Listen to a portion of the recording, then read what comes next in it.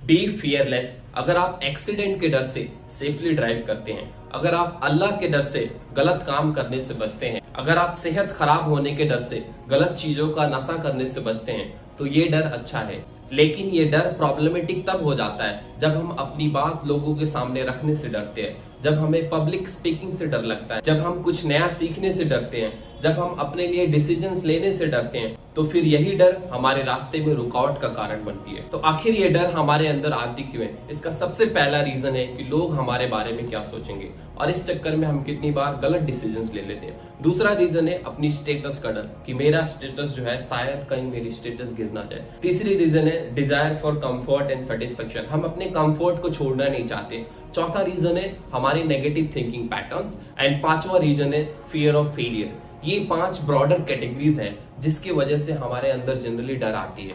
But याद रखिए, अगर आप जीतना चाहते हैं तो आपको अपने अंदर के डर से जीतना होगा, और जिस दिन आप अपने अंदर के डर से जीत जाएंगे, आप आधी जंग उसी दिन जीत जाएंगे। अब इसका सॉल्यूशन क्या है? हम कैसे अपने अंदर के डर को खत्म कर सकते हैं? तो सबसे पहले हमें अपने अंदर के डर को आइडेंटिफाई करना होगा, हमें किस चीज से डर लगता है। और जैसे ही आपको पता चल जाए कि आपको किस चीज से डर लगता है, आपको उस पर वर्क करना होगा। फॉर एग्जाम्पल, अगर आपको पब्लिक स्पीकिंग से डर लगता है तो आपको हर बार ऐसे सिचुएशन क्रिएट करने पड़ेंगे जहां पे आपको पब्लिक स्पीकिंग देना पड़े, आपको पब्लिक स्पीकिंग सीखना पड़ेगा, आपको उस फील्ड में मास्टरी हासिल करनी पड़ेगी, आपको उस फील्ड का पक्का खिलाड़ी बनना पड़ेगा। याद है आपको, जब हम बचपन में साइकिल चलाना सीखते थे तो कैसे थोड़ी देर चलाने के बाद हम गिर जाया करते थे, बट हम हार नहीं मानते थे, हम बार बार चलाना सीखते थे, बार बार चलाना सीखते थे। और आज जब हमको अच्छे से साइकिल आती है तो क्या हम जरा भी डरते हैं साइकिल चलाने से? नहीं, हम तो इधर उधर देखते हुए भी साइकिल आराम से चलाते हैं। तो अपने अंदर के डर को खत्म करने का एक ही सॉल्यूशन है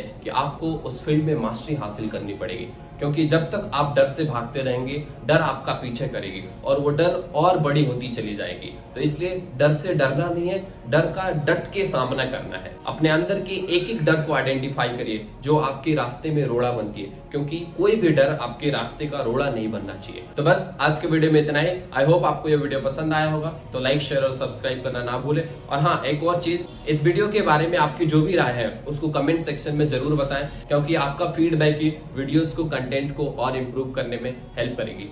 तब तक के लिए stay motivated and make better version of yourself. Thanks for watching.